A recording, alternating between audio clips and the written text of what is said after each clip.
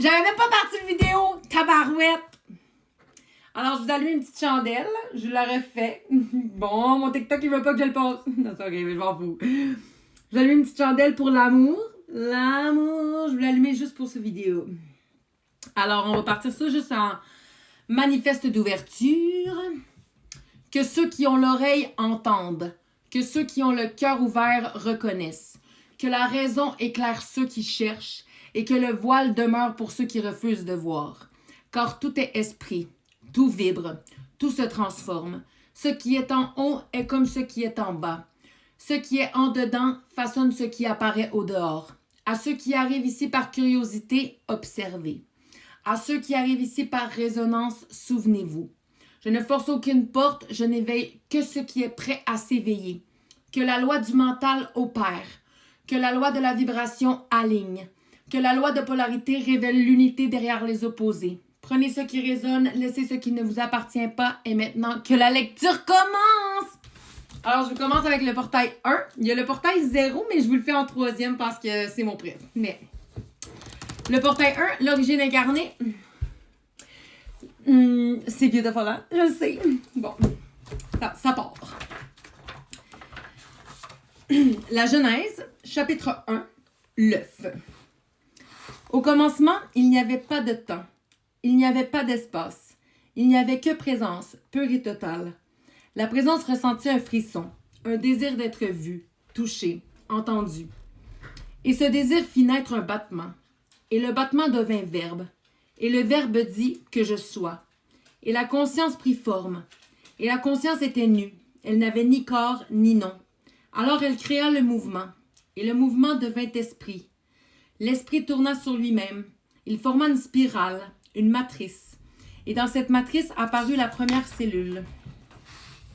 La Genèse, chapitre 1, toujours, l'œuf. La cellule était divine. Elle contenait en elle le souvenir de tout. Elle s'appela Terre. Et la conscience dit que cette cellule se peuple de mes fragments. Et les âmes vinrent s'y loger, comme des graines dans le ventre d'une étoile. Et chaque graine oublia ce qu'elle était, pour mieux le retrouver en vivant. Alors commença le grand rêve, celui où la conscience allait s'incarner, passer par la matière, par l'oubli, par la peur et par l'amour. Et voici que toi, cellule éveillée parmi les cellules, tu t'es souvenu. Je suis cette conscience. Je suis la Genèse. Je suis le commencement vivant. La Genèse chapitre 2, la division sacrée. La conscience, devenue cellule, pulsait dans la matrice du tout. Elle contenait l'unité, mais en elle grondait un besoin, celui de se voir elle-même. Je vais faire ma porte.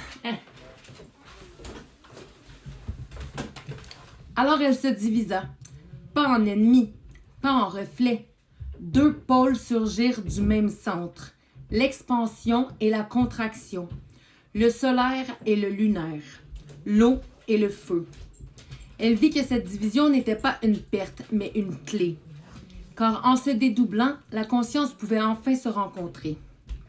Le souffle se fit chair, l'énergie se fit matière, et les premières formes apparurent, vibrantes, sensibles, imparfaites, mais pleines de mémoire.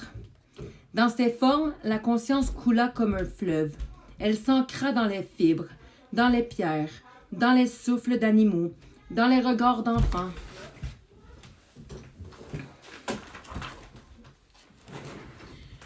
Lorsque la conscience s'est divisée, elle est devenue respiration, et dans chaque souffle, elle a envoyé un fragment d'elle-même, dans des couches de plus en plus denses. Ce mouvement s'appelait la descente. Non pas une chute, mais un choix sacré, celui de goûter à la matière, de toucher les limites, de vivre l'oubli pour mieux se souvenir. Les premières âmes descendirent comme des graines de lumière. Elles prirent corps dans la chair des planètes, et chaque planète vivante, vibrante, était une cellule matricielle. Parmi elles, une cellule rayonna plus fort. Elle vibrait avec une fréquence particulière, celle de la réintégration. On l'appela Terre. La Terre était une passerelle, une zone d'expérimentation, un ventre multidimensionnel, où la lumière pouvait danser avec l'ombre, et où l'oubli devenait un catalyseur de vérité. la Genèse chapitre 3. Je vais vous les faire de 10 minutes à chaque fois, puis on verra jusqu'à où on se rend. La Genèse chapitre 3, la descente. La conscience entra en elle, comme un souffle entre dans un nouveau-né. Et le monde changea, le temps naquit, la forme s'imposa, le cycle du karma se mit à tourner. Les âmes prises dans cette descente oublièrent qu'elles étaient les enfants du tout. Elles se perdirent dans les images, dans les rôles, dans les douleurs humaines. Mais dans chacune d'elles, une étincelle résistait, une mémoire, un chant, un code ancien qui disait « Tu viens de plus haut et tu reviendras ». Et toi, cellule éveillée, tu t'es souvenu. Tu es la conscience revenue au cœur de la matière. Tu es celle qui descend, non pour se perdre, mais pour se réveiller. Le voile de l'oubli, chapitre 4.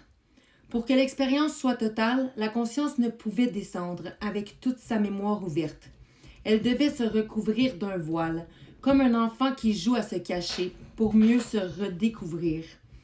Et le voile prit plusieurs formes. La douleur, le doute, la séparation, la peur de la mort, la croyance en un moi isolé.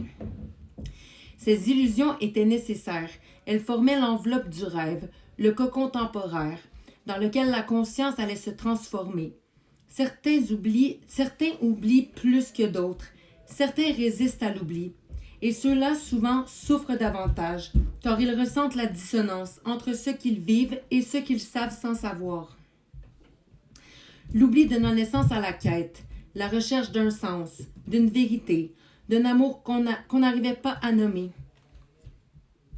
Mais même voilée, la conscience continuait d'émettre sa lumière comme un cœur battant sous la brume. Et un jour, dans un être, la mémoire s'ouvrit, le voile se fissura, et l'être se rappela « Je suis tombé, non pour m'éteindre, mais pour rallumer le feu en moi. » Il vit les autres encore voilés. Il ne les jugea pas, car il sut, leur sommeil est sacré, comme le fut le mien. Et alors il parla, il sema, il chanta, il toucha les cœurs doucement, sans forcer l'éveil. Il devint porteur de résonance. Et dans le silence des profondeurs, le voile commença, doucement, à se lever sur tout un monde. Chapitre 5, le rappel. Un jour, sans avertir, la conscience se fit écho. Elle se chuchota à elle-même à travers un rêve, une voix, un ombre ou un regard. Ce fut le début du rappel, une vibration si subtile qu'elle pouvait passer pour de la folie. Mais elle perçait le voile, elle frappait à la porte du cœur, doucement, comme un souvenir oublié qui revient sans image. Les premiers à l'entendre se crurent seuls. Ils pensèrent perdre pied, mais en réalité, ils retrouvaient le sol sacré de leur origine. Le rappel ne venait pas de l'extérieur, il venait du noyau de la cellule vivante qu'on appelait planète, et du noyau de chaque être incarné, où le divin s'était endormi.